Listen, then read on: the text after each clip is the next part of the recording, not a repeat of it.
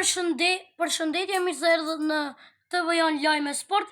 Messi shpërthej në lot pas hatrikut të tij ndaj Algjerisë, sepse në atë ditë kishte 90 vjetorin e vdekjes së gjyshës së tij dhe shpërthej në lot.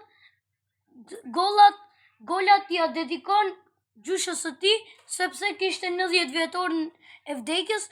Ronaldo nuk ja doli të fitojë ndaj Kongos. Ronaldo shpërthej në lot pas barazimit, arsyet nuk janë të qarta.